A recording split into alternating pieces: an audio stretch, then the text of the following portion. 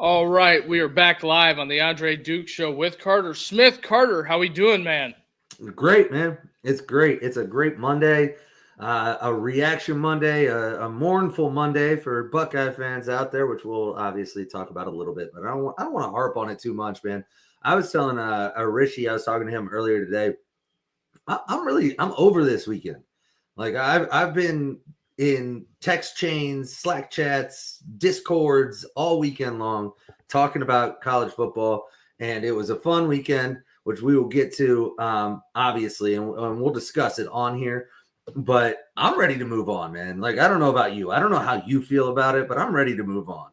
Hey, man, I'm just ready to turn the page. Championship weekend. We got the live show this weekend. If you're watching out there on Twitter, December 7th, it is Cigarro's Cigar Bar and Lounge. We're going to be live hanging out, doing the podcast at noon, hanging out, smoking cigars, chilling with everybody. We're going to be there at noon.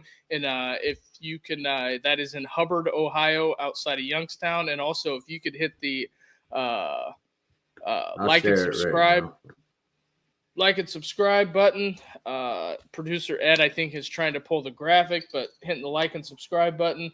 Hopefully, there it is. There we go. Here we go.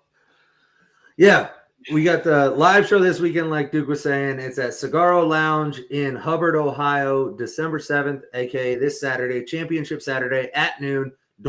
Doors open. I'm going to say 11 a.m. It might be 10, but get there, get some cigars, get some bourbon, get some liquor, get some beer, get some Diet Coke, whatever you want to drink, they got it. Whatever you want to smoke, they got it, except for certain plants that maybe they don't have because they aren't a dispensary.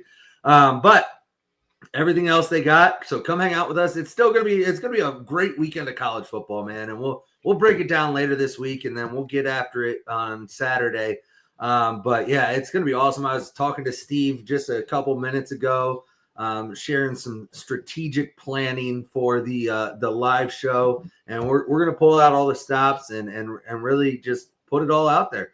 So excited for it, man. And if you're out there on Twitter, pull up. If you're out there on YouTube, pull up. Make sure you go to our YouTube channel though, and give us a like and subscribe as we blow this thing up and really get it moving here. But other than that, man, how was your weekend outside of college football? It was great. Nice, relaxing weekend. Got to watch a little college hoops. Watched, obviously some football. Did watch some NFL. RIP Matt Eberflus.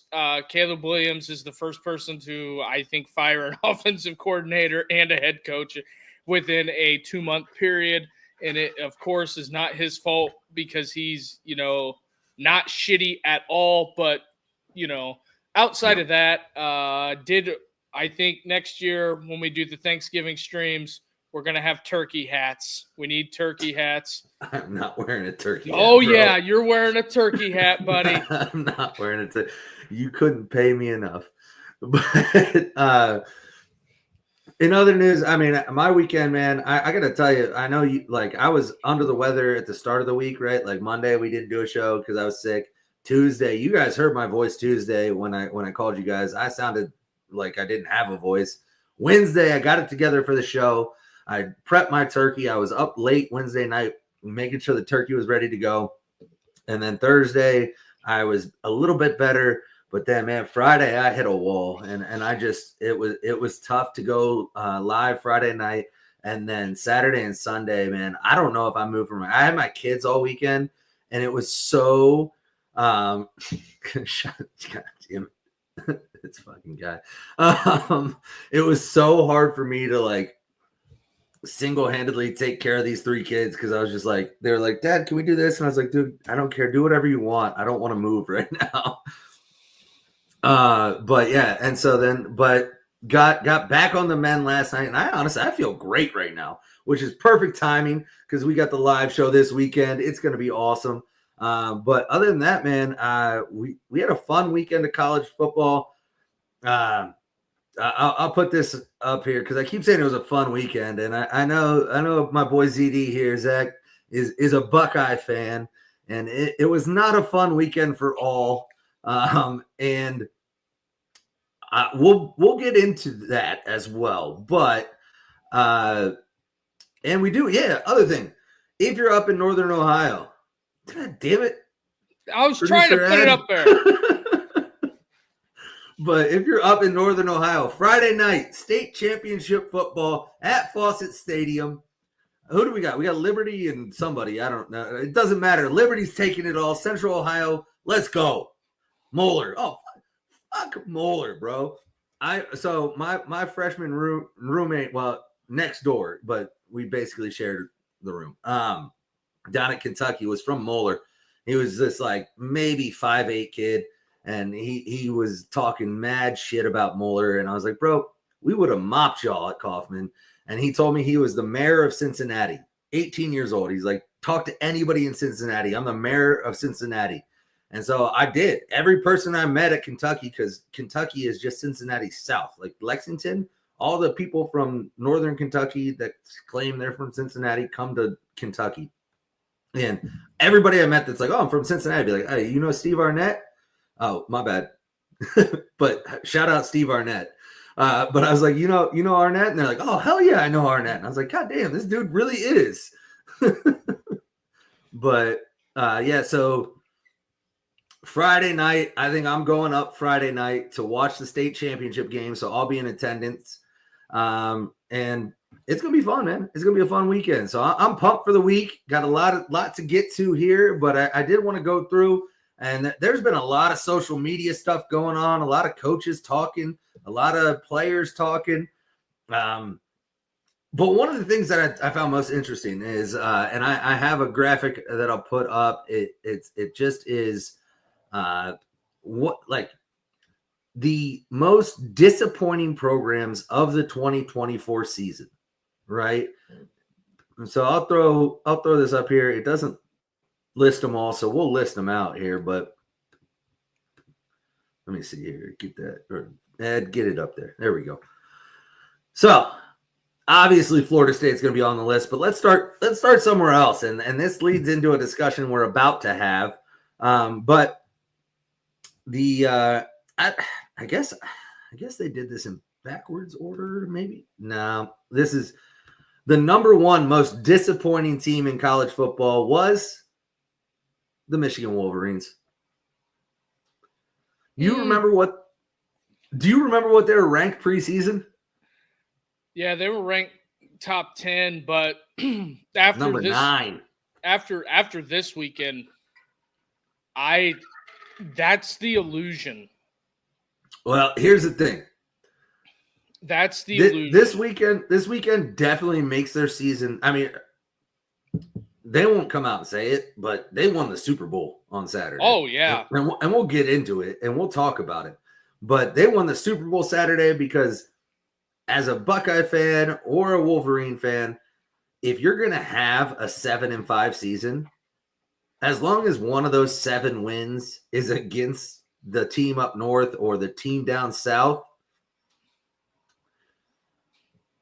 that's a successful season almost. Like, yeah, you want to be in the playoff conversation. You want to be competing for Big Ten titles, but there's something sweet about being on the verge of 6-6 and beating the number 2 team in the country, right? It's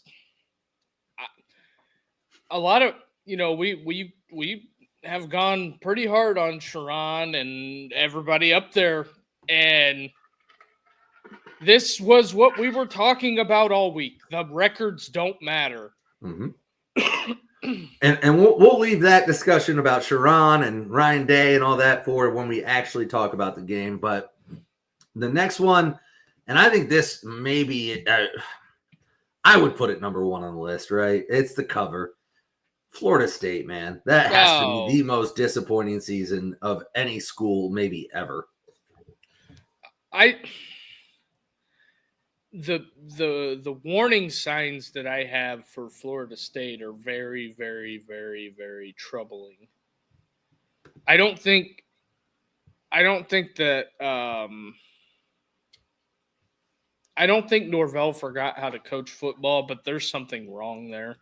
Because firing the offensive and defensive coordinator, and then I seen a stat before we got on live today. Do you know what that old bowl game Billy has flipped 11 kids in 15 days from either Miami, Florida State, and a couple other programs. 11 kids in 15 days. Well, that doesn't shock me. And if I am Florida State, we're down bad, and you're stuck with Norvell for a while. Probably, yeah. But I don't think Norvell's a bad coach. I don't know what happened this year. Hopefully, it's just a wipe it all clean and start over next year, because I don't know what happened. And we've talked a lot about Florida State and Florida on this program, being that we're not even a South pro, that has nothing to do with what we really do, but it's pertinent, so we talk about it. But then the next one, preseason ranked number 12, none other than your Utah Utes, going 5-7.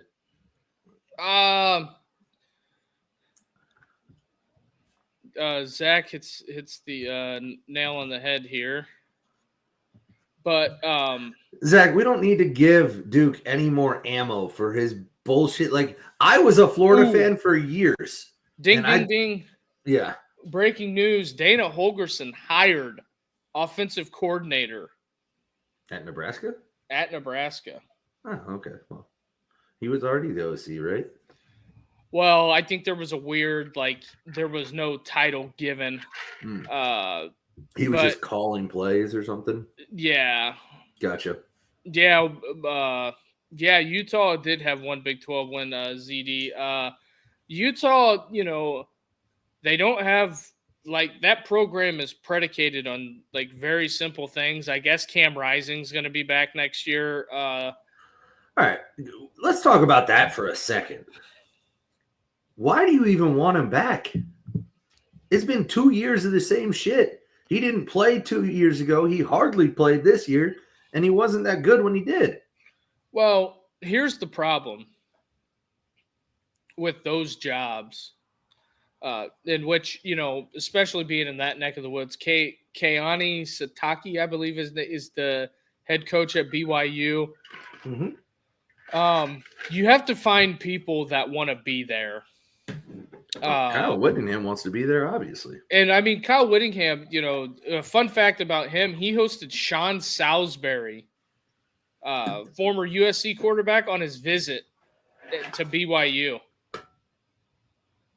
Think about that. That's Kyle Whittingham hosted Salisbury on a recruiting visit at BYU.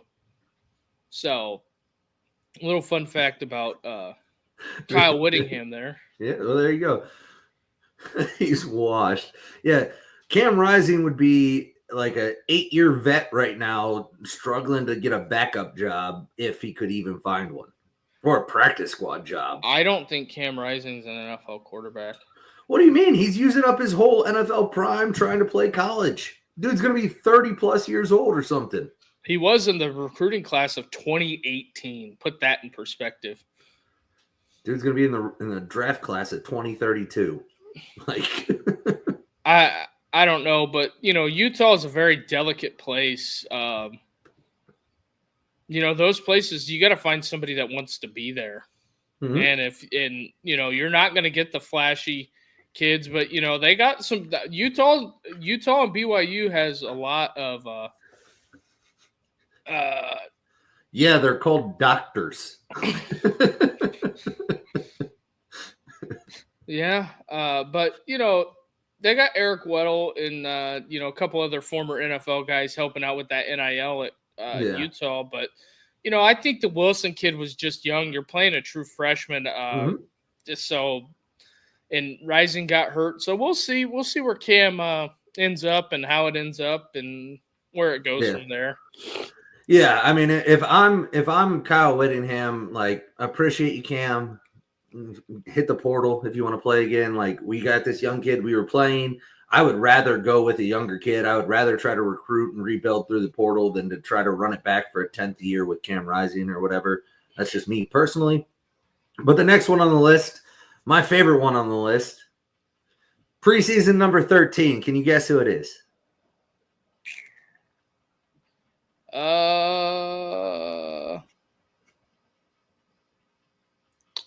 No idea. The Fighting Brian Kellys. Yeah. The 8-4 LSU Tigers go into the season with national championship aspirations and fall on their face like Brian Kelly loves to do. And I don't know what you can say about them. They lost to a bad USC team. Notre Dame just showed you they're a bad USC team again, as did several other schools throughout the year. They lost to a bad Florida team. They lost to, I forget who else they lose to, probably Tennessee, and it doesn't matter. They lost 4 games. They're supposed to be a national championship level team. And Brian Kelly. They lost to Florida. I do know that. I said that. Yeah, I said that. And then Brian Kelly does what Brian Kelly does. And he lost big games, and then he lost a couple games he shouldn't have lost. And I've seen some rumblings out there about some of their recruits that obviously they just lost Bryce Underwood, the number 1 recruit in the class. He's going to Michigan, and they might lose a couple others. And Derek Meadows is going to Bama. Yeah, I guess he's crystal balled. Mm-hmm. Derek Meadows is going to Bama. So there's 2 of his big recruits already out. Here's a good one. Not a bad USC team, just a poorly coached one. I like it. That's fair, and we'll discuss that as well. But I don't know how good they are. I mean, Miller Moss is going to be heading to God knows where. They had the top 4 schools for him were Michigan, Auburn, Louisville, and Iowa. If I was him, I would go to Louisville with Brom. For sure, because if he goes to Michigan or Auburn, he's going to get beat out. I don't. They didn't just pay Bryce Underwood $20 million or whatever to have him come sit, and Deuce Knight definitely beats him out. But you still don't think Deuce Knight's signing with Auburn, so. I don't know yet. I mean, it's gonna come down. It's gonna come down to the wire. We'll see how the whole signing day Wednesday is gonna be a madhouse. Wait, when did James Franklin make the playoffs? They're in. Yeah, I know, but Brian Kelly made the playoffs when it was 4 teams. Yeah.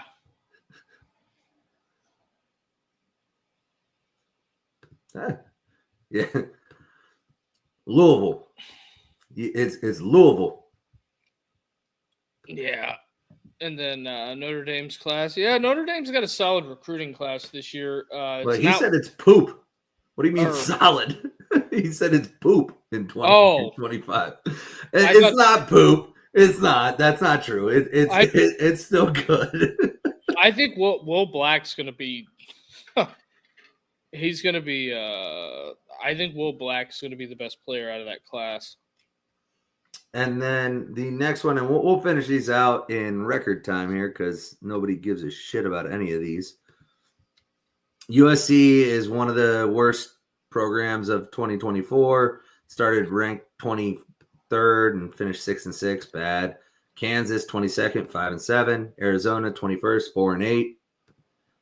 Oklahoma State number 17, 3-9. Oklahoma number 16, 6-6.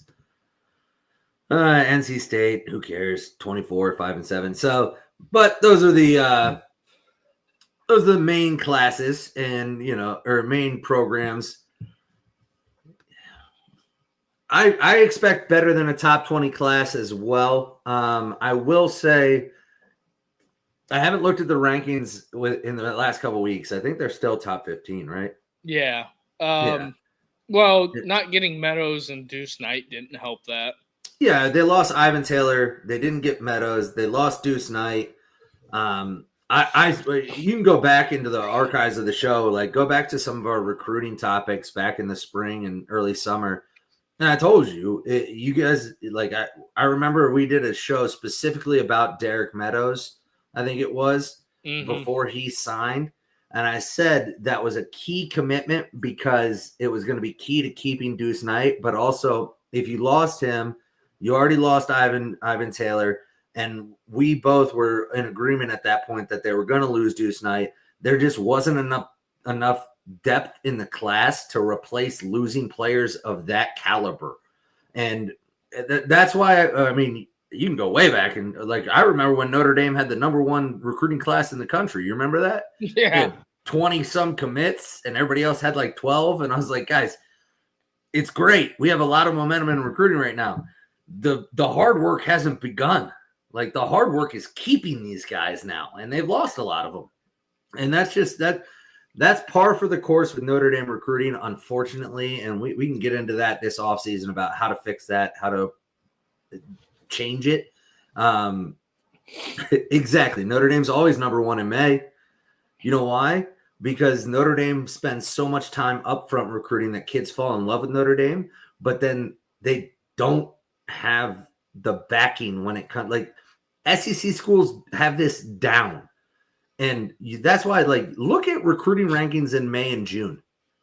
Hardly any of the SEC schools that are going to finish at the top of the rankings are up there because they go, no, we're gonna get the kids once the season starts. We've been slow. They slow play it, and we'll get into that more this offseason because I do have some ideas on how Notre Dame can fix it. And one of them I said preseason was go 12-0. They didn't do that. Go to the college football playoffs. They're going to do that. Make a run. Win at least one game is what I said. Now, I think the way that the playoffs is shaping out, you're going to have to win 2. But if you can do that, and I put the caveat on there that you got to put some dudes in the NFL on the offensive side of the ball, and they're not going to do that because their defensive recruiting is phenomenal. And it will continue to be because they keep putting dudes in the NFL. But that's more of off-season topic. I don't want to spend too much time on it. Anyways, all right, sorry. I just got distracted by the chat there. Let's go ahead and reset and get to some of the main topics. December 7th, we are going to be in Hubbard, Ohio, Cigar Lounge, full bar. We're going to be doing the podcast there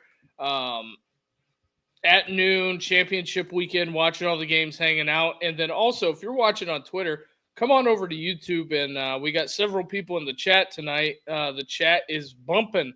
So if you're watching on YouTube, there it is. That is the flyer for the graphic for this coming weekend. Me, Richie, and Carter are all going to be there at noon, hanging out, watching games all day. It's going to be great. And then if you're watching on YouTube, come on over to, or watching on Twitter, come on over to YouTube so you can get involved, ask some questions, and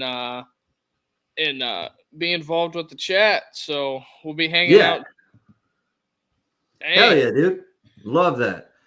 Love that. Look forward to meeting you. This one's a funny comment. Who has it now is who has an alum with a rich boyfriend who will spend $10 million plus to make her wet on a player who's unproven. Ooh, shot it, Michigan. But hey, if he's the real deal, hey, listen, I've already told you, and I think it, like, Buckeye fans, Irish fans, y'all need to get some of these females that went to these schools and get them out there and be like, hey, go get Bezos. Go get Elon. Like, they got an affinity for females now. But that's neither here nor there. But hey, I did want to throw up, let's put as we continue down this rabbit hole, let me I did see some videos from this weekend that I wanted to share. I'm gonna see if they'll pull up for me. And we'll get into kind of the topic of coaches kind of getting after each other, but also never mind. Maybe we won't. Hold on. But yeah, it's I think the Notre Dame is allegedly fixing the NIL issue. The collective that Brady Quinn was with is no longer going to be the official collective. I believe it's Rally now. Is going to be the official collective. Yes, I believe it is Rally. It's Bally on Rally or whatever. Yeah. So, but Notre Dame's NIL, I don't think is a huge issue. I think that's something that they're trying to fix. Maybe they can't. Sorry, I'm trying to. Ed's slipping, so I'm trying to get this set up for everybody. Here we go. We got thoughts on that. You'll want to stick around for my thoughts on that. yeah, absolutely. So one of the big brouhahas over the weekend was James Franklin and Mike Locksley, which I didn't expect. Like, I didn't have this on my bingo card, right? That this would be a halftime or a post-game skirmish almost, or just a head coaching issue. But here's so if you don't know, Penn State was whooping that ass, right? I think they were up 38-7 or something like that. And then they scored a late touchdown on a passing play. Mike Locksley kind of took it personal, right? I took that personally. And here were his comments after the game on what he thought about that.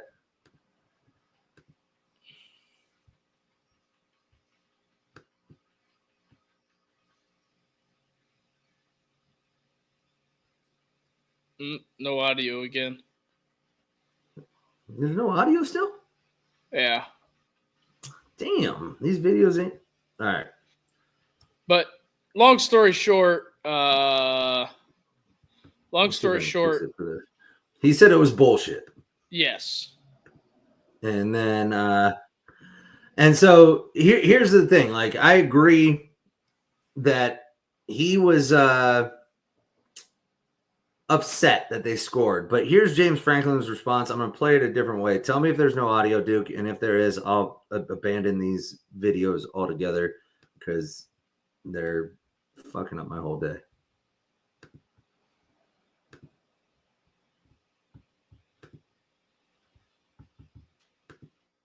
Right? At the end of the game, we throw a touchdown. I get it. But a couple things I will say. My job is to put the 3s and 4s in the game. But when the 3s and 4s get to go in the game, they get to play football. Those guys deserve to play football. Your 1s are in the game. You were trying to score. We're trying to score. On top of that, you're playing cover 0. If you don't want, play cover 2. So I'm good with it. And on top of that, there's also a change in college football. We are trying to play as long as we can, make the playoffs, and be seeded as high as possible. And scoring as many points and a point differential matters. All that matters. And if you don't get that, it's really not my problem. So. And I'll start with this. If I can get it. Damn, my fucking thing. But we just had a comment come in, and it's exactly, I can't get it to show. There we go. I agree completely. I don't like James Franklin. I've been a big anti-James Franklin. I think he's not a great coach, but 100% he's in the right here. And if you don't, I mean, as somebody that has been around it, listen, if he puts his 3s and 4s in, their job is to go execute. If you can't stop the 3s and 4s, that's not on them. On top of that, go ahead. My thing is, now those guys get paid too. So the excuse of You don't want them to score? Go stop them. And also, don't be a dick and run cover 0. Well, exactly. So that's what I'm saying is like, bro, I get it. You know the game's over. I know the game's over. I put my backups in. You don't want to take your starters out. That's fine.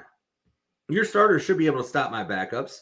But if you're gonna check to a blitz package and cover 0, my backups are going to execute properly, and they're going to check to a play that beats that.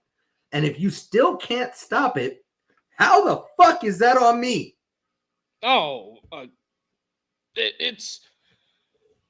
it's one of those that I think Mike Locksley is a good coach. I think he's at a. I love Mike Locksley. I just want to. I just think he's in a bad spot because I think he was hurt by how they lost that game, and he didn't like it. And I understand, like, if I'm an opposing coach, I don't like that touchdown either. But I also understand that's on me.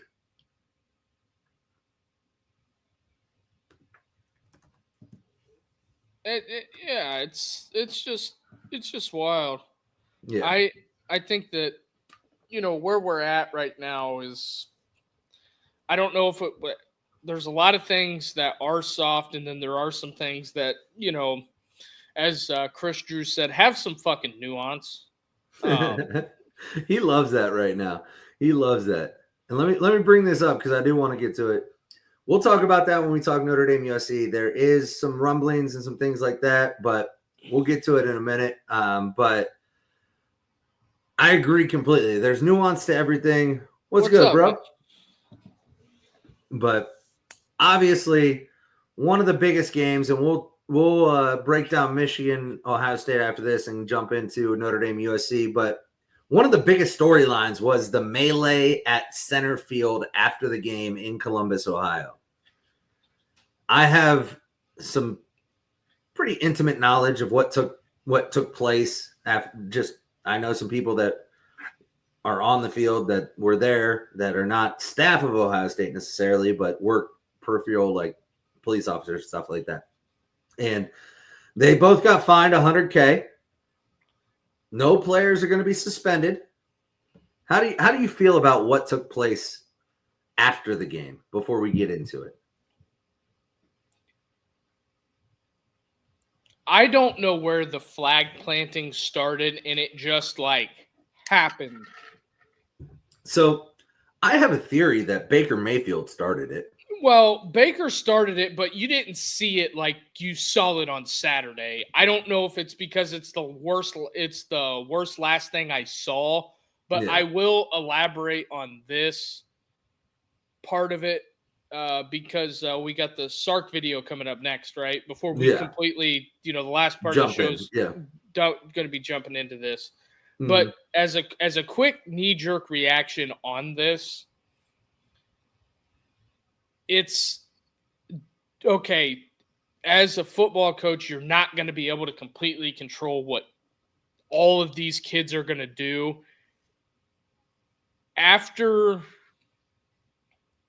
Because I have more of an issue with everything that happened at Florida is my problem. Okay. Because last year, Florida State guys were in the end zone. They got athletic training scissors and were cutting grass out of the swamp and taking pictures with it. And you know what happened? Mike Norvell walks on by and doesn't say a fucking word. So when it comes to this shit, if you are a coach and you have a problem with it, make sure your guys aren't doing it. Mm-hmm. Steve Sarkisian, when you planted the flag at Michigan, the video coming up let's put it up that we're gonna play. Yeah, is you're talking out of two sides of your mouth unless somebody got disciplined, because I haven't seen Texas do it, but their fans were throwing shit on the field, so I don't know what the hell's going on. Let's throw it up. Let's talk about it. Rivalries are great, but there's a way to win it with class, and I just didn't think that's the right thing to do. We shouldn't be on their logo. We shouldn't be planting any flags on their logo.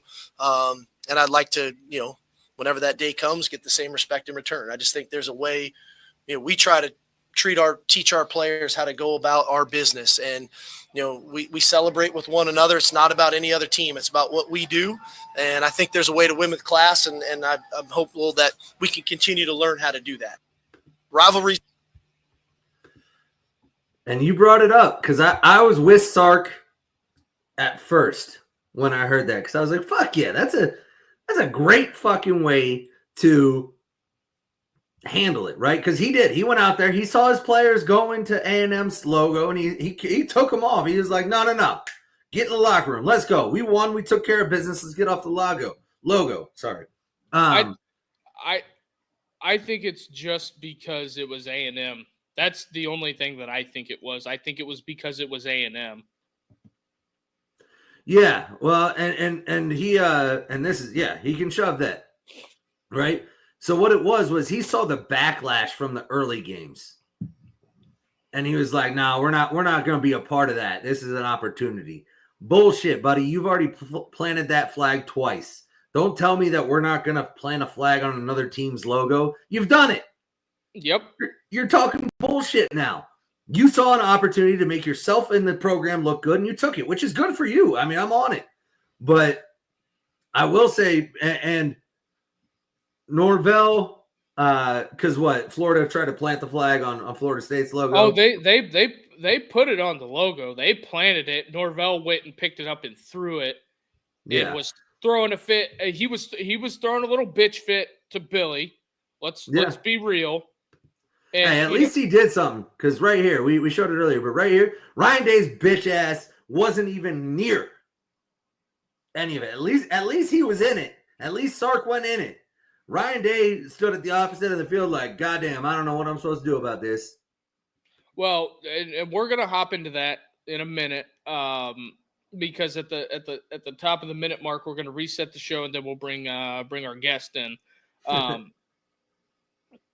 But the issue I have with the Florida State thing is that you had guys last year when you beat Florida's ass cutting sod out of their end zone and holding it up and taking pictures with your beat reporters or your photographers.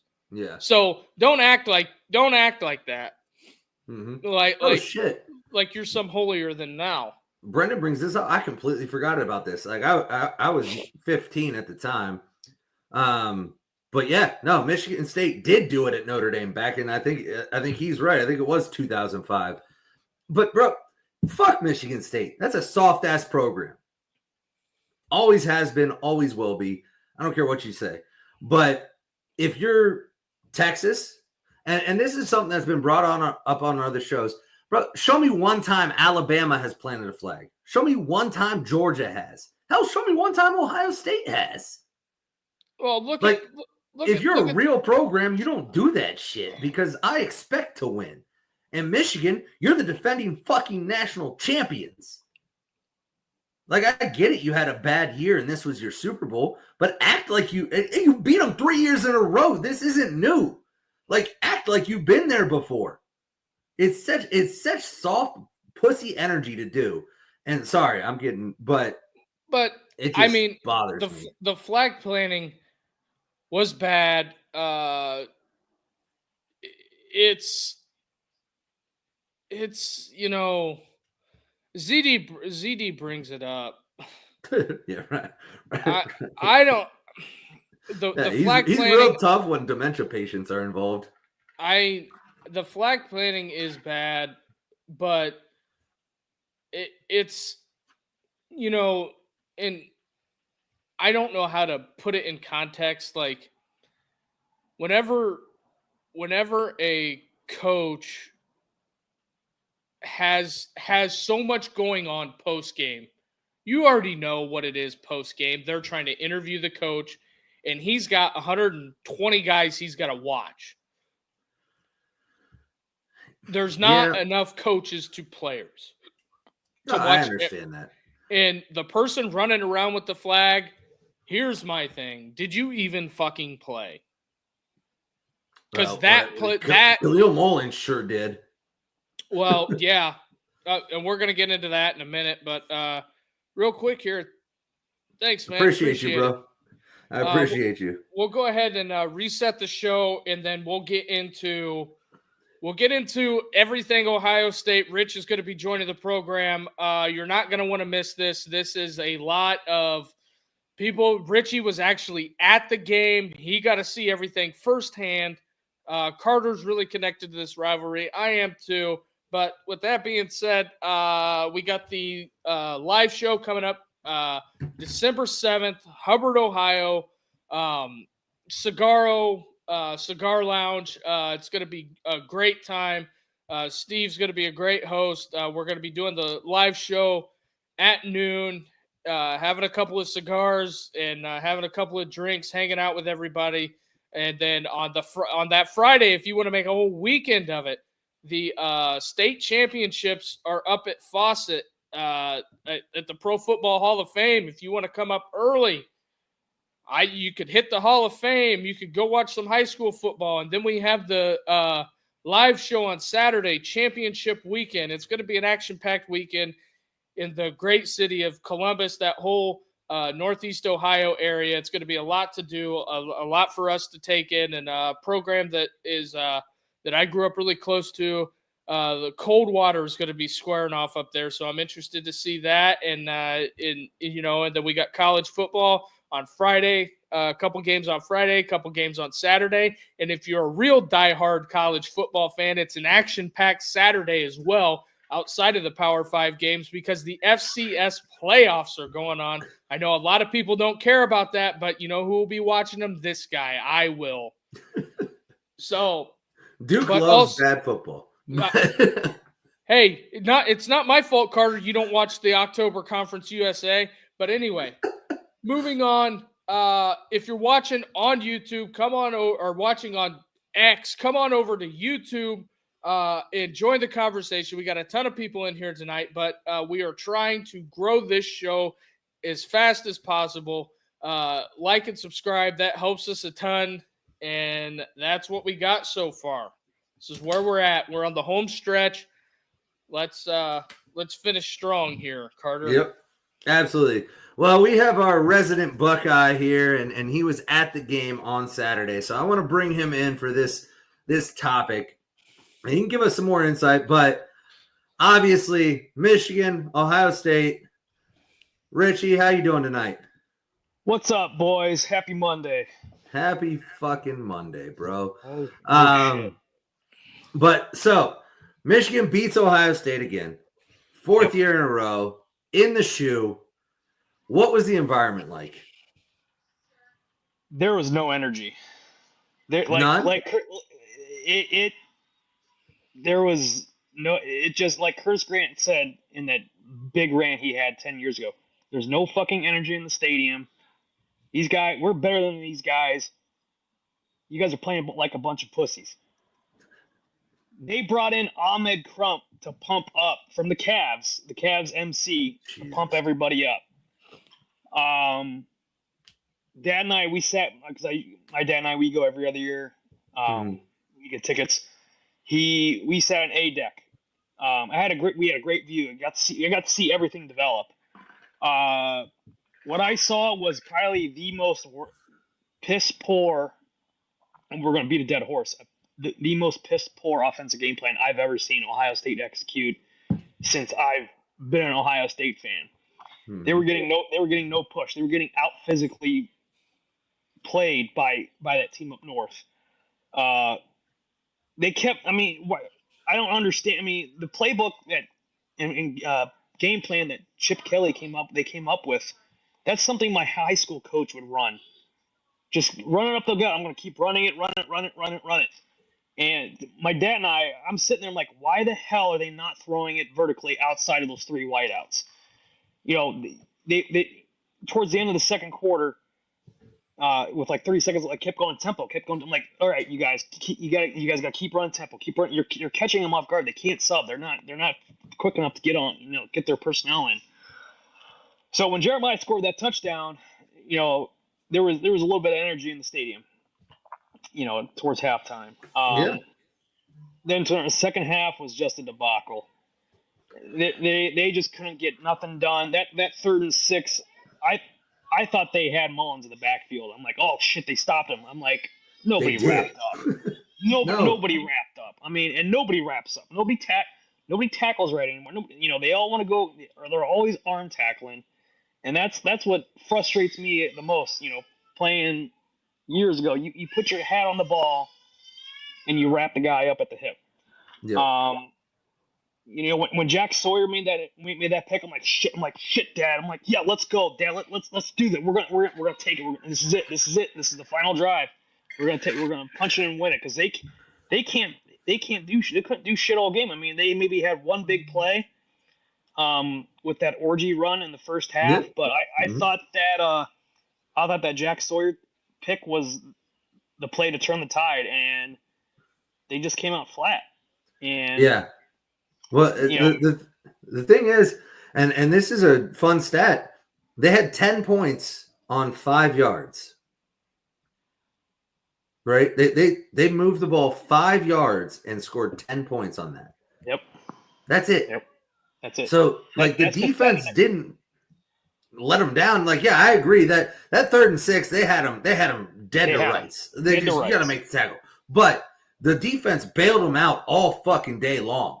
Yep. And I'll ask you, I mean, I watched it on TV. I've broken it down. I've looked at it. Did that feel like a Chip Kelly game plan? Did that feel like what we've seen the whole year? That felt like something coming out of the 1930s. Just keep running up the middle. I'll tell you what it felt like. It felt like the past 3 years of Ryan Day calling plays. And I'm not saying he was calling plays. There's a lot of speculation out there if he took over play calls, whatever. But that felt like a Ryan Day game. And I'm sorry, you can tell a difference in Ohio State's team between every other game and the Michigan game. Every other game is totally different than the Michigan game. And I don't know if it's a mental block for Ryan. I don't know if it's a culture problem with the program. I don't know what it is, but they are a totally different team 11 weeks prior and every week after. But that 1 week a year, it's like the chickens come home to roost. I think that, the game plan was something to be desired, but I also think that where we're at on this is the post game travesty. That was a mess, and I can tell you guys my insight on it was, and from what I've heard from people that were there, that were on the field, that were not coaches, there was one team that instigated that. Yeah, they weren't wearing red, but like you can say what you want. I'll tell you one thing. I have the most respect in the world right now for Jack Sawyer. Oh yes, I think Jack Sawyer. I've been critical of him because I don't think he's lived up to his 5-star reputation. After this week, I think he's actually maybe not on the field all the time, been as consistent as he should have been, as talented as he is, but he personally went out there and said, we're not fucking losing this game. And he did everything within his power to not lose that game. They still lost the game. And then he said, fuck that. I'm not watching them plant another fucking flag on my field. And he took matters into his own hands. And I have no problem with that. I have no problem with that either. I don't blame him one bit on what he did.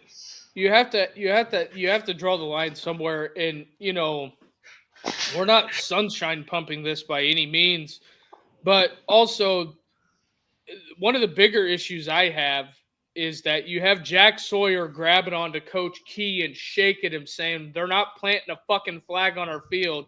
And you know what the head coach and the leader and the figure face of the program is doing? He's standing there. That is my image of Ryan Day in the horseshoe. Yeah. Is it? It's bad. But on the other side, of the coin, we had all day. We seen it all damn day. Out of everybody that had an on-field altercation, You know where the head coaches were at? In the middle of it. Mm-hmm. There was only one head coach that was not even in the middle of it. He was standing in the end zone, staring, asking people walking by, what happened? What happened? Like, get the hell out of here, because you have 75-year-old Mac Brown trying to pull players apart. We have the young 45-year-old whiz kid just standing there. Yeah. He looked like a character off of Bob's Burgers. Just, yeah. what are we doing? No, Like, it was doing? It was a bad look, and we can break down the game. The offensive game plan was terrible. Who called the plays? I don't even care. Who made the game plan? I have my opinions. Doesn't matter. If your game plan going into that game was we're going to show them how tough we are and run at their 2 first-round defensive tackles, that's malfeasance. Like, that is malpractice. That is absolutely the dumbest thing I've ever heard. They are exposed at every other position, and you decide to go at the interior defensive line, the only place where they have strength. And anyways, we don't need to break that down. That's been well broken down. Well, but and I also, do want – go ahead. One last thing, and everybody that says, J.J. Smith's not going to enter the portal he's going to enter the portal if they fire Ryan Day. Well, what the fuck's stopping him from entering the portal now? You didn't use him in the fourth quarter. Exactly, and that's what I said after the game one day. I said, Dad, I think J.J. Smith's going to be entering the portal because that kid got 0 targets in the second half. I don't think so, just because he's been well utilized all year, and I think he's very happy that he chose to be a Buckeye. He's had a great freshman year, one of the best freshman years of all time. I doubt he enters the portal. But on the flip side of this, I do want to flip it and give it kind of a different look, because I was very critical of Marcus Freeman after the Northern Illinois loss, and I think that loss is still worse than losing to Michigan. But is it though? Yes, it is. It definitely is. Northern Illinois is not Michigan. I don't care how bad Michigan is, and that wasn't even a rivalry game. So yeah, way worse. But a lot of people are out there saying fire Ryan Day, right? And ZD, I promise we're about to. Buckeye fans, they're ready to move on. But let me just give Buckeye fans just a little bit of not even hope, or maybe it's the anti-hope, but you're not firing Ryan Day, just so you know. It's not happening. And it has nothing to do, I mean, the buyout plays a role, but you guys Ohio State's still headed to the playoffs right now. They have a chance to make a run. I still think Ohio State's one of the best teams in the country. If you take Ryan Day out of the Michigan game, he's one of the best coaches in the country. He's 1-4 against Michigan and 65-6 against everybody else in the world. So, but I did hear there obviously is a lot of smoke to get rid of Ryan Day. And I did want to just give you guys this insight, and I haven't given it to you yet. But I do have some people that know some things and are on calls and things like that. And there has been, obviously Ross Bjork came out and said he's our coach. We support him. Gave him a kiss of death. Well, I don't think it was that. I think it was support for Ryan Day. Well, yeah. How'd that work for Billy Napier? He's still going. Hey, right? he's still rolling. Yeah, but he said that we got to keep the main thing, which at this point the main thing is making a run in the playoffs, right? But basically, from what I've heard, Ryan Day is not going anywhere. Bjork thinks that Ryan's an excellent coach, and he took this year to watch him as a coach. He knew going into this that the one stain on Ryan's record as a coach was the Michigan game. He's now seen that live and in person one time. So he's going to go back and review kind of past games, specifically under Urban, and compare kind of what was different with the teams, with the coaching, with the preparation, things like that. Culture, everything like that. But overall, basically, Day's good. He's not going anywhere unless Day wants to go somewhere, which it is. I'm not putting it out of there. I mean, with these Buckeye fans, I might want to get the fuck out of there. But That's just my opinion. I don't think Ryan Day is getting fired. I'm sorry. I know a lot of Buckeye fans are sick. 0-4 is something I couldn't imagine. Like I lived it with John Cooper, obviously. But I was very young. But like most of my formative years have been late 90s. Ohio State didn't do well. Jim Tressel, Ohio State did very well. Urban Meyer, Ohio State never lost. And now Ryan Day. And then obviously I know the history because of whatever. But so that's the basis of my analysis on Michigan and Ohio State. We didn't get into a lot of the football things. I think they ran a lot more run schemes that they hadn't run all year, and they tried to do things that they really hadn't tried to do all year. And the stretch play just needs to go. It's what Ryan ran all the way up until he had Chip Kelly. Yep. Travion Henderson. That shit needs to go. Falling on the turf. Also, Ross Bjork, if you're listening, can we get new turf? Even when they were fighting, they were slipping. And can we I say we need to go back to grass. We can do it. I promise you. I know guys that did it at lower.com field. So it's not that hard. But we'll move on. I don't want to keep beating a dead horse. That's the last thing we'll say about Ohio State, Michigan. I promise you. That's dead. It's in the water. We'll leave that to next year. We're on to the playoffs for Ohio State fans and Notre Dame fans because Notre Dame doesn't have a conference championship to look forward. But we are going to talk Notre Dame USC in a second. But Richie, there is one more video I did want to show. Yeah. And you guys probably already saw this. But if you haven't, this made me chuckle.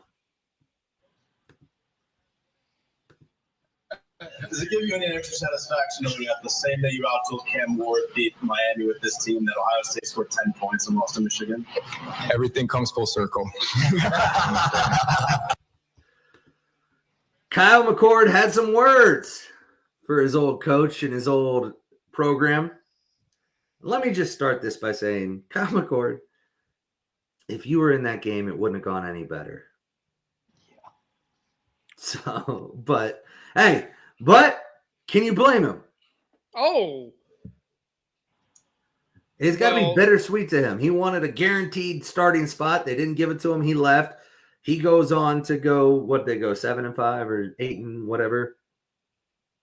It was like whenever, and I know we're going to wrap this up soon, but what is... We'll wrap this segment at least, yeah. Yeah, this segment. It just... What did you expect whenever that was... Oh, I know. They were fishing for that. And that's the whole basis of the question. And, he answered the question. And if you don't like it, they score more than 10 points. Exactly. And this brings me to the other thing. When I talked to your brother the other night, everybody that said Tony Alford is dumb, he's a traitor, blah, blah, blah, blah, blah, sounds like a bunch of blubbering heads off of SpongeBob. I know this isn't going to be popular amongst Buckeye fans, but you know whose running back showed up? Tony Alford's. Yeah. Khalil Mullins. I'll give him his flowers. That kid played a hell of a game against Ohio State. I'll give him that. Khalil Mullins ran for more than Travion and Quinshon put together. Yep. Yeah. I'm not putting that on the running backs, though.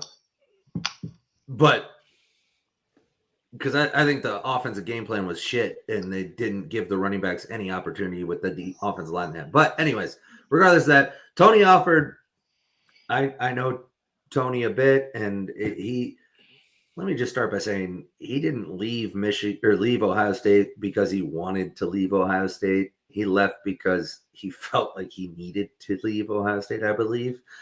So would have got fired today.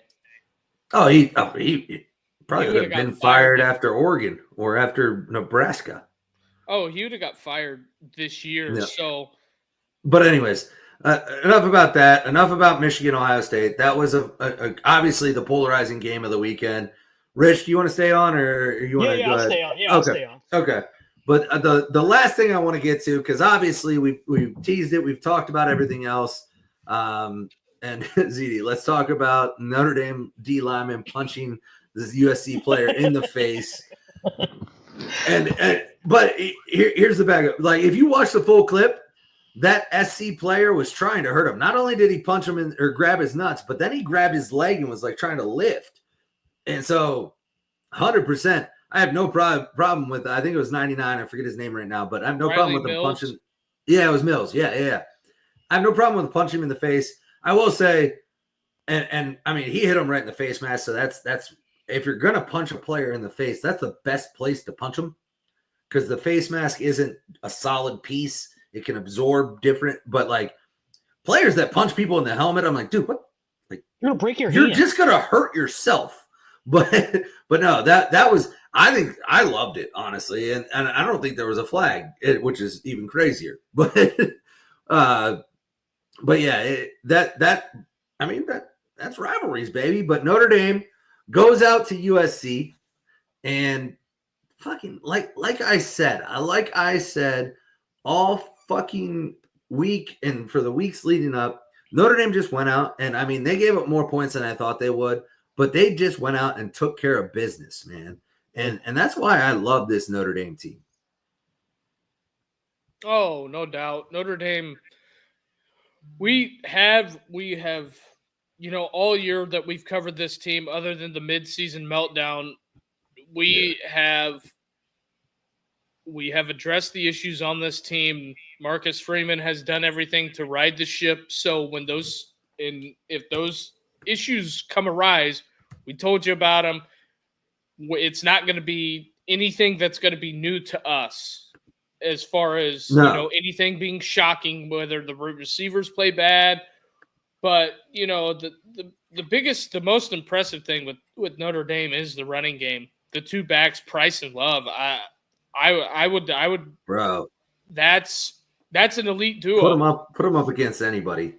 And if I'm a running back out there and I'm watching, programs, as far as running the ball, Ohio State has a good case, but Notre Dame is right up there with them with running the ball. And as far as offensive lineman development, because Notre Dame's lost 3 guys early in the year. Ohio State lost them at the end of the year, but Anthony Knapp starting at left. But Anthony Knapp starting at left tackle for the University of Notre Dame on the road at Texas A&M is your first. He's been impressive. Oh yeah, I think he's going to be a freshman All-American. I don't see how he's not. I don't have the numbers in front of me, but I don't think he's really had a huge gaff in protection or anything like that. We said, going into the year, we were nervous on how this whole thing was going to shake out as far as offensive line thing in depth. Well, you've got a guy that has started all these games. Pretty much 12 games for the duration of his freshman year. So he's coming back. Jagasaw, hey man, you're going to have to come back and earn this. You're going to have to earn that spot or learn to play somewhere else. For sure. Because, whenever this happens on an offensive line, that's not a bad thing. A lot of people think that's a bad thing. Well, what are you going to do with Jagasaw? Well, he's going to either figure out how to play right tackle, right guard, center, or left guard, because he ain't starting at left tackle. So yeah, no, I agree with you. And so when I broke this game down, and I've looked at it pretty closely, ultimately, I mean, the defense performed. Obviously, they gave up some big plays. They gave up some chunks at the end. For the most part, Notre Dame had this game in hand most of the second half. It was close early. The defense had one of their worst performances of the day or of the year up until the end of the game when they needed to prove it. But it was a pretty stereotypical performance for Notre Dame this year. I mean, outside of some of the yards that Notre Dame's defense gave up, their offense played their game. They ran the ball. Jeremiah Love is a fucking dude. Go ahead. Ding, ding, ding. Breaking news. Gabe Powers has entered the transfer portal. I had seen that was going to happen. But continue. Yeah, but so Notre Dame played their game for the most part. The turnovers were not. I mean, they were even 2-2. Obviously, we'll talk about the last two here in a minute, but it was a hard fought game out in LA. I think USC. I think they covered. Did they? I think Notre Dame covered, if I remember correctly. Yeah. If you got it at the closing line, it was 6.5 right before. I think it opened at 7.5. They enticed everybody with the hook. Yeah. So as I said all along, Notre Dame will cover. They've covered, I think, the last 6 weeks or 7 weeks or something like that. Like they just keep covering. So it was a phenomenal day, and I loved every second of it. I actually got to watch most of this game while I had the kids and was sick, and I've rewatched it twice now. And the one thing that's interesting is, and we're not going to sit here and beat a dead horse because we know what Riley Leonard is at this point, and he's not going to impress you throwing the ball that much. But what I've been impressed with the past, I don't know, probably 6 weeks is the way that Mike Denbrock is using him in the pass game to create plays for the playmakers outside that I don't think are creating separation. So he's finding ways to get guys in space and to get guys separated from the DBs without having to have them create that separation themselves and without having to expect Riley to throw an accurate ball downfield. Now, if you face a top-tier defense, that's going to be really difficult to do. This defense is not good that USC has, so it's easier to do. And a lot of the defenses you face the past 6 weeks aren't very good. So when you get to the playoffs, you're going to have to be better than that. But I have been impressed with Mike Denbrock. I have been impressed with the way this offense is played.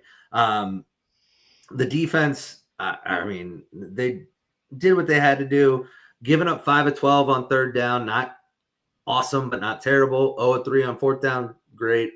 Almost 600 yards, not good. Obviously, the passing yards are where most of that is, but we've talked a lot about the injuries in the secondary. They still have a good pass defense, but one of the biggest things I wish is for this Notre Dame team is if Benjamin Morrison wouldn't got hurt, right? Because I can deal with a lot of the other injuries. I can deal with some of the defensive line injuries, the offensive line injuries, things like that, because we've had players step up, and Moore and Christian Gray have played well. But man, especially in the playoff run, don't you wish you just had that lockdown corner that you could really trust? And it sucks that he's probably not going to be there. But outside of that, man, so the one thing that I do want to bring up, did you know that Jaden Maiava had more passing yards to Notre Dame players than Riley Leonard? Yeah, that is a good point. So at the end of the game, obviously, Christian Gray, I love Christian Gray. I think he's got great potential. He's had an up and down season. He had a really rough day on Saturday for the most part. But at the end of the game, when somebody needed to make a play, he stepped up and he returned a touch or an interception for a touchdown, 99 yards. It was incredible. Incredible. And so what does USC do? They drive right back down the field, and then Al Golden draws up some pressure. Maiava throws off his back foot, throws it right to Xavier Watts, who takes it 100+ yards to the house. So that's 199 yards that Maiava threw to the two defensive backs for Notre Dame compared to Riley Leonard, who threw for 155. I just thought that was funny. But ultimately, I think this Notre Dame team has performed almost to expectations. I think a lot of people expected 12-0 Duke. I know you called 12-0 before the season. I said I thought 11-1. Now, the one was not going to be Northern Illinois when I said that. We had talked all year about this, and then I just pulled up a graphic real quick because I'm, scanning the news right now, just seeing if there's anything that, we're breaking or missing. Like the night Deuce Night flipped while we were live. Flashbacks. Also Browns Broncos tied right now. Jameis drove them down the field, and Njoku touchdown. Ooh, a little Njoku. A little Njoku action. But the top 9 teams either have 99 point, the lowest team out of this for playoff odds, Oregon 100%, Ohio State 99.9%, Texas the same, Georgia the same, Penn State, Indiana, Tennessee, Notre Dame, all the same. All those programs the same. With the lowest that is in the green is SMU at 79.1. And we argued about this a couple weeks ago. We did. I didn't have it on my bingo card that Miami would shit the bed against Georgia Tech and then again against Syracuse when I argued that. They've lost 2 games in 3 weeks. Yeah. I'd like to know. I'm not going to do it to them, but yeah. We had somebody that called out Kirby this weekend. Yeah. And yeah. Well, and just so you know, Kirby lost that game too. Right. Yep. On that phantom call. Yeah, that those refs took that game from Georgia Tech. I don't care what anybody says. Oh, shut the fuck. It is what they called, Carter. It is what they called. It wasn't a call. And it took them fucking 8 overtimes. And I'm sick of this call. bullshit. I'm sick of the go for 2 bullshit. That's judgment call. Love the overtime. No, what? Go for 2? Love it. Oh, fuck out of here. That was awful. It kept going on. That game was going to go on until 1 o'clock. No, it wasn't. It was, there should have been a fight after that game, but you know what? Everybody was too tired, so. No, that was bullshit. I hate the overtime rules. I didn't like it. I didn't like it when it was the way it was that you started. I think you take so much. It's like penalty kicks. Yeah, Marcus does have a very big football IQ. It's like penalty kicks in soccer or penalty shots in hockey. Exciting as fuck for the fans in attendance, but it doesn't tell you who the better team is. I got something to tell you off air that was said that I was privy to. But before we get out of here, I do want to talk about the coaching carousel that's about to happen. And we already talked about the fact that Ryan Day is probably not going anywhere. So Buckeye fans, stop asking for Marcus Freeman. The amount of Buckeye fans that were telling me they should hire Marcus Freeman was wild because after Northern Illinois, y'all wanted nothing to do with him, and you guys don't even like him after some of the shit he said about Ohio State. So Marcus Freeman's not leaving for Ohio State, although there are rumors out there. And I think there's some heat to this, that he might go to the Bears. There's been, the Bears the last 2 years have had smoke around Midwest college football coaches. Mm-hmm. Last year it was heavy into the Ryan Day, but I'm going to let people in on a little bit of an industry secret. See, they have these football coaches have these guys called agents. Yeah, right. And what these agents do, it is their job to get their client the most money. And everybody, you can call me crazy and say whatever you want, but I had a really smart person teach me this and say, you ever notice that somebody gets rumored for a couple of days for a job and then boom, they get a huge pay increase? It's called leverage. And see, what happens here is that Marcus is going to put Notre Dame in a very, very, very interesting situation because I think that they're going to have to re him up long term. Yep. So that's what I was going to say is I think there is some heat to it because it's twofold. So one is when you get these former players, i.e. Marcus Freeman, i.e. Mike Vrabel, there is a little more ambition to go coach in the NFL for players that have been in the NFL and have played in the NFL and have played high-level college football because it's different for them. A lot of these coaches in college football never played never played NFL football, like Urban Meyer and some of those. They never played that position. They might have played as walk-ons in college or low levels in college. Exactly. But so there might be some ambition by Marcus to go to the highest level of coaching because that's just the ambition you have as a former player, especially a high-level player, which he was at Ohio State, by the way. So that's one side of it. So there may be some ambition to go, but there's absolutely ambition to get your name floated out there because right now Marcus Freeman is on a deal that's going to net him around $6.5 million. I think we're going to be looking at double that. I think we're in the. I think I think he would. I think he would accept a deal that puts him in the same conversation as Ryan Day, as Brian Kelly, as Lincoln Riley, which is about 9 to 10. I think he's a $10 million a year coach Yeah, I at was Notre gonna say 10. I think he has to. I think he has to win a playoff game for him to legitimately sit down and say that. But I think right now he's proven that he can do it. Yeah. So I think if he wins the first round playoff game, Notre Dame's going to have to sit down and open up the checkbook, like Zach said, and write a check.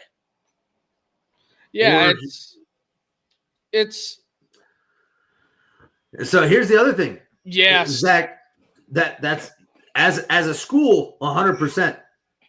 They don't want to do that. But well, if you're Brian, Marcus Freeman, Brian you're going to Kelly want a deal. 5-year deal. I think a 5-year deal is better than a 7-year deal. Well, for There's sure. Somebody in Columbus with a 7-year deal. I think your coaching contracts. I think some of these universities with revenue sharing coming in and roster limits. Yeah. That Well, they're going to have to shorten them. I think because they're going to be higher. Like it's just going to be.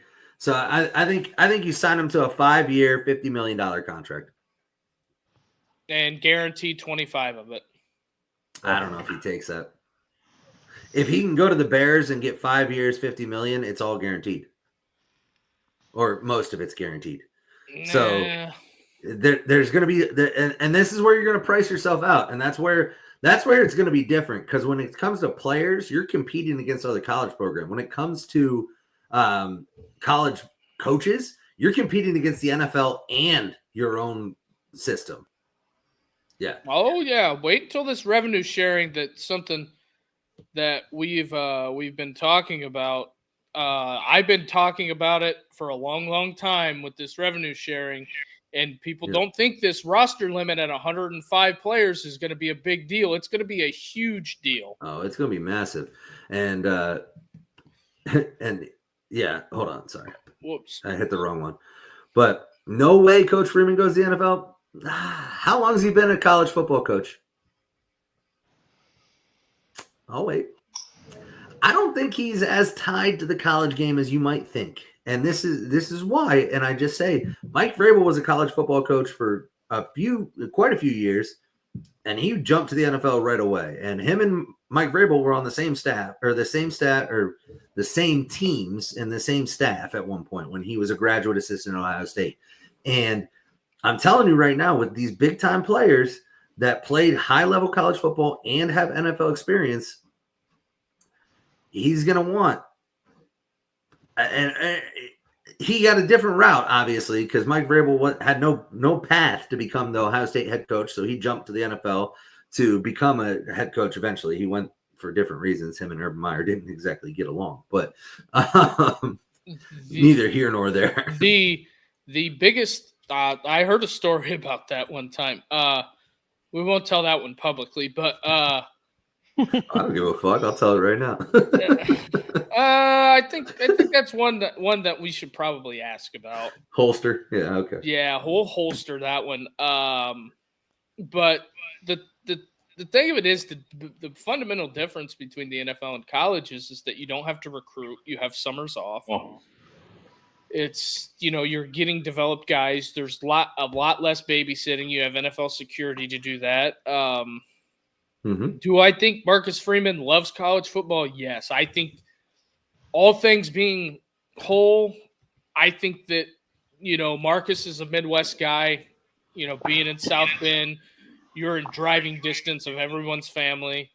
It would be really, really tough, I think, for him to leave Notre Dame, because I feel like he's poured so much into it and a lot of people have doubted him.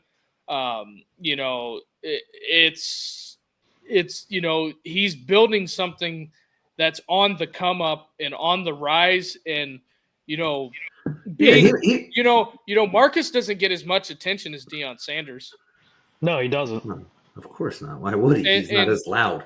And look at some of the other, and this is just a separate thing here. Look at all the other, we talked about the Eddie George, winning the Ohio Valley Coach of the Year. and I'm not taking a direct shot at Deion Sanders because, what he's done at Colorado, that's great.